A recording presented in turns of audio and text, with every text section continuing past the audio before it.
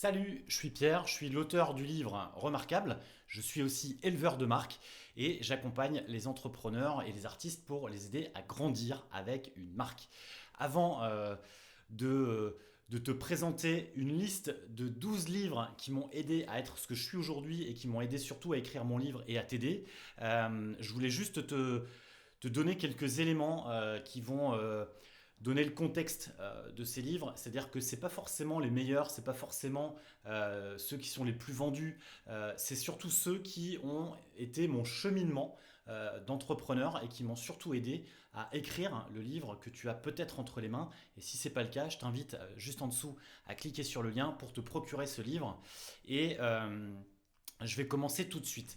Le premier, en fait, c'est Miracle Morning. Le Miracle Morning, c'est vraiment le livre qui a tout déclenché, à savoir que je suis dans le développement de mon entreprise, tout va très vite, sauf que je me sens complètement fatigué, complètement rincé, et j'évite la faillite de peu. Et je me dis que l'année que je viens de passer, c'est pas possible. Ce livre a été vraiment l'élément déclencheur qui m'a permis de remettre les choses en place, surtout de mettre en place une routine matinale et qui aujourd'hui me permet d'avoir différentes routines et de faire en sorte d'être clairement efficace. Le deuxième, c'est La semaine de 4 heures de Tim Ferriss. Ce type est absolument extraordinaire et je pense qu'en fait, il m'a permis, ce livre et cet auteur m'a permis vraiment de découvrir une autre manière de travailler. Ce qu'il prône finalement de manière un peu osée, une semaine de 4 heures, c'est aussi de voir de quelle manière tu peux voir ton travail autrement et surtout de voir une manière de mettre le focus ailleurs que sur ton travail, mais vraiment sur ta vie et de profiter de plein de choses. Le troisième livre, c'est Rework. C'est aussi celui qui est venu confirmer finalement cette autre façon de travailler, puisqu'à l'époque j'avais des salariés, et ce livre est venu vraiment confirmer déjà de mettre la première graine de l'envie d'écrire un livre, puisque la façon dont il est fait, c'est fait de manière très simple, avec une image, un texte, une image, un texte, voilà. Et puis vraiment l'idée, c'est son sous-titre, c'est Réussir autrement. Et je pense que là aussi, il a planté les graines de mon livre remarquable, d'une part, et d'autre part, surtout, il est venu confirmer qu'il était possible de travailler autrement, à la fois avec son équipe, à la fois avec des gens déportés, etc. etc. Le livre suivant, c'est S'organiser pour réussir. Encore ce mot réussir, qui est souvent utilisé dans la littérature entrepreneuriale. Et en fait, la méthode GTD, qui est développée par David Allen, a été quelque chose qui m'a permis de réorganiser mes process de travail où j'étais très éparpillé, je partais dans tous les sens, j'étais vraiment tout le temps dans l'urgence parce qu'un mail arrivait et bim je le traitais. Et en fait cette méthode GTD a été pour moi un moment qui m'a permis de réorganiser mes process de fonctionnement et de mettre en place un certain nombre d'outils de manière très simple avec une feuille blanche, un crayon et de remettre les choses en place et de ne plus être l'esclave finalement des gens qui me sollicitaient ou en tous les cas des urgences des autres à travers une boîte mail ou des notifications. Les quatre accords Toltec, c'est pas forcément celui qui est arrivé dans cet ordre dans ma vie d'entrepreneur, mais en tous les cas, celui-ci est revenu à plusieurs reprises et à chaque fois que je l'ai relu, m'a permis, en tout cas, il m'a permis contrairement à ce qu'il promet finalement, qui est une sorte de liberté personnelle, moi, il m'a permis vraiment de fixer quelles étaient mes pensées limitantes. Et ces pensées limitantes m'a permis, ce livre m'a permis justement de les faire sauter et de me dire que non, le travail, c'est pas forcément quelque chose de compliqué. Non, le travail, c'est pas forcément quelque chose qui se fait dans la sueur et dans la douleur. Au contraire, ça peut être vraiment des choses super intéressantes. Et celui qui est venu le confirmer à un moment où on vit dans une société de la performance, c'est L'art subtil de s'en foutre de Mark Manson.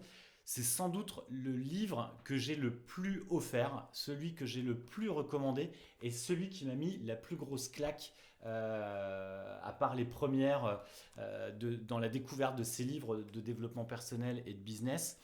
Celui-ci, c'est vraiment celui qui m'a permis de remettre de la perspective, puisque j'étais vraiment dans une phase de découverte de la lecture et de découverte de ce domaine de développement personnel. Et en fait, dans une société de la performance, dans une société du toujours plus, du toujours mieux, et d'être toujours excellent. Et en fait, on doit paraître, on doit montrer qu'on est excellent. Sauf que celui-ci, il te permet, en tout cas moi m'a permis, de vraiment me dire, on s'en tape, fais-toi plaisir, regarde ce qui est vraiment important pour toi. Et c'est un message fort de mon livre remarquable. C'est bien celui-ci, c'est vraiment, tu es au cœur du process et c'est toi qui décides absolument. Une fois que je me suis un petit peu libéré de ces carcans avec l'art subtil de s'en foutre, les choses ont commencé à ronronner. Et il y a le livre d'Olivier Roland, Tout le monde n'a pas eu la chance de s'en foutre, qui est venu ponctuer un événement fort qui a été celui de quitter mes bureaux d'une part, et de complètement modifier mon fonctionnement de société et de lâcher le modèle d'agence pour devenir quelqu'un, pour devenir un coach. Et Olivier est venu à ce moment de ma vie, au moment où je déménageais. Alors la première fois que je l'ai lu, c'était en livre audio, en peignant les bureaux qui étaient installés dans la maison que je venais d'acheter. Et en fait, ça a été vraiment un rappel évident de les choses à mettre en place et surtout de me libérer aussi d'un certain nombre de freins qu'on peut se mettre les uns les autres. J'aime beaucoup aussi Heureux comme un Danois. On parlait de freins, de pensées limitantes, etc. Celui-ci, il est venu appuyer une philosophie de vie qui est la mienne, qui est finalement la philosophie de l'enthousiasme que je développe dans mon livre, si tu l'as déjà lu. Euh, et Heureux comme un Danois, en fait, les Danois ont été élus plusieurs fois d'affilée comme étant le peuple le plus heureux au monde. Et en fait, il y a toute une philosophie derrière qui est hyper bien amenée par l'autrice Malène Reidal, que j'aime beaucoup. Alors bon, il parle de 10 clés du bonheur. Je ne sais pas s'il y en a 10, mais en tous les cas, il y a vraiment des choses qui sont intéressantes d'aller chercher dans ton quotidien personnel, mais aussi dans ton quotidien d'entrepreneur.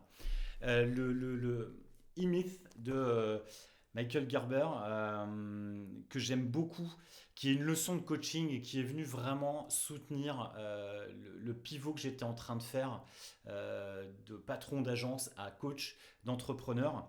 Et en fait, ce livre est vraiment mis en place comme une leçon de coaching. Et en fait, il raconte des échanges avec une boss d'une PME, notamment qui vend des tartes. Et c'est vraiment absolument génial. C'est vraiment une tarte au sens large, qui en fait d'ailleurs reprend la logique du réussir. Et en faisant cette liste, je m'aperçois que inconsciemment, parce que je m'en aperçois en te les partageant, inconsciemment, j'ai vraiment intégré ça dans le sous-titre de mon livre remarquable. Parce que pour moi, il y a vraiment la question de la réussite qui est centrale dans nos vies perso et professionnelles. Et quelque part, la marque est un moyen de réussir, mais sans forcément te mettre une pression folle. Et je dirais même que c'est aussi une manière de voir la réussite autrement. Et en tout cas, remarquable, ce que j'ai voulu faire, c'est remettre le focus non pas sur l'aspect technique, l'aspect business, l'aspect marketing d'une entreprise, mais vraiment sur toi en tant qu'entrepreneur au cœur du dispositif. D'ailleurs, ça fait une super transition avec Donner du sens de David Hayat. Pourquoi les marques engagées ont plus de succès. Et ce livre, qui est une collection qui s'appelle Do Book, qui est hyper intéressante parce que, comme je te peux le montrer, en fait, c'est essentiellement des images et essentiellement des textes qui vont être très très fins.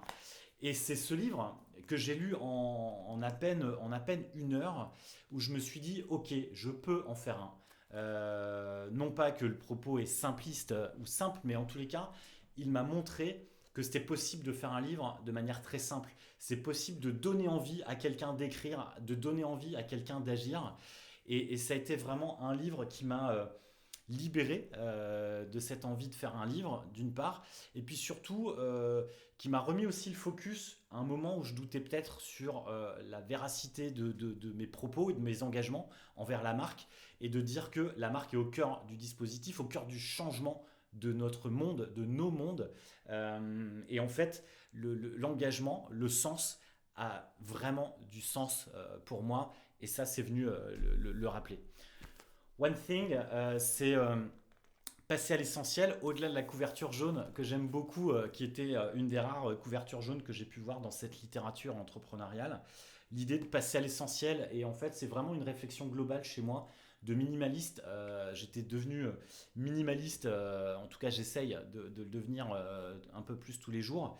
Euh, et en fait, le minimalisme peut aussi s'intégrer dans notre quotidien d'entrepreneur. Il peut vraiment venir de façon réduite pour éviter le brouhaha qui va t'embrouiller et qui va te faire perdre ta ligne directrice, d'une part. Et d'autre part, dans ton organisation, je m'aperçois, en tout cas, je me suis aperçu avec pas mal de livres sur la productivité notamment, qu'en fait, d'aller à l'essentiel te permettait de gagner du temps. Et si tu gagnes du temps, en fin d'année, tu gagnes de la marge. Donc l'essentialisme est venu me rappeler cette chose. Et en fait, une règle que je défends aussi dans Remarquable finalement, dans la manière de t'organiser, la façon d'aller à l'essentiel va te permettre vraiment là aussi de t'approcher de la réussite.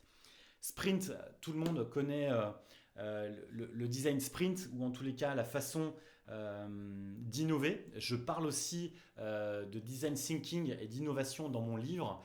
Il y a une partie intéressante, notamment sur l'aspect stratégique, qui est importante, et je t'explique aussi comment ce livre m'a aidé à revoir complètement ma vision de la société Citron Bien Cinéma, avec Hélène, ma compagne, qui, euh, qui nous a permis finalement, en pleine pandémie, en plein moment, juste avant la sortie d'un film qu'on allait sortir au cinéma alors qu'ils étaient fermés, ce livre nous a permis en 5 jours de remettre les choses en perspective, et finalement de résoudre le problème principal qui était qu'est-ce qu'on fait si les cinémas ne réouvrent pas. Et en fait, c'était un exercice hyper intéressant que j'avais déjà mis en application dans différentes structures, sous différentes formes, avec l'idée du design thinking, aussi en école de commerce où j'avais donné des cours sur le design thinking. Mais en tout cas, ce livre est vraiment venu simplifier ce concept.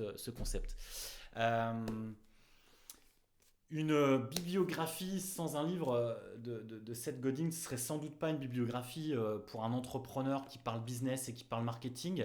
Ceci dit, je me suis assez peu intéressé à cet auteur qui est cité partout. Je voulais justement aller explorer d'autres choses. Et en fait, This is Marketing, c'est ça le marketing en français, est venu me réconcilier avec la notion de marketing qui pour moi est quelque chose de très pompeux, quelque chose qui est finalement complexifié à souhait par un tas d'experts pour vendre de l'expertise.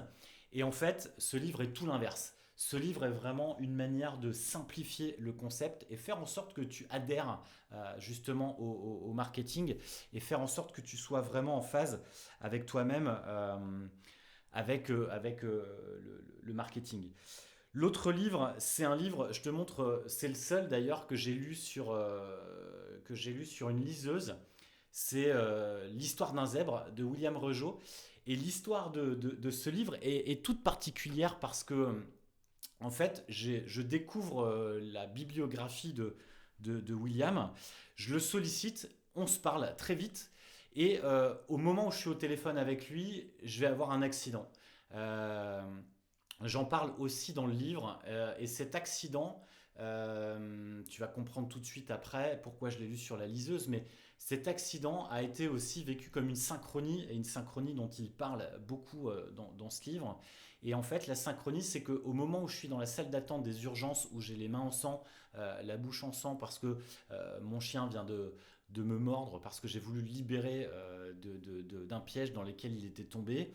Et en fait, quelque part, j'ai lu ce livre tout de suite après en rentrant des urgences avec juste 2 doigts, parce que j'avais que 2 doigts disponibles. Et ce livre est venu m'expliquer pas mal de choses sur beaucoup de personnalités que j'ai pu rencontrer chez mes clients qui sont des zèbres. Et en fait, à la fois la synchronie, à la fois les zèbres dont on entend beaucoup parler aujourd'hui, est venu éclairer tout un tas de choses, et finalement est arrivé comme quelque chose d'évident dans ma vie à ce moment-là. Euh, voilà, et puis il faut le lire pour comprendre. Et puis enfin, c'est Grégory Pouy qui vient clôturer cette bibliographie, qui est venue m'accompagner dans ma vie d'entrepreneur, Insoutenable Paradis. J'adore Grégory Pouy, j'adore sa façon de voir. Je le suivais avant le lancement de son podcast Vlan. Et puis sur la mercatique, qui est la traduction française du marketing, Grégory Pouy, que j'adore et que j'ai sollicité aussi, avec qui j'ai pu échanger et que j'ai sollicité pour faire la postface du livre et qu'il a agréablement ponctué parce que je voulais effectivement qu'il nous parle d'écologie, je voulais qu'il nous parle aussi de la manière de voir le monde d'après, même avant la pandémie.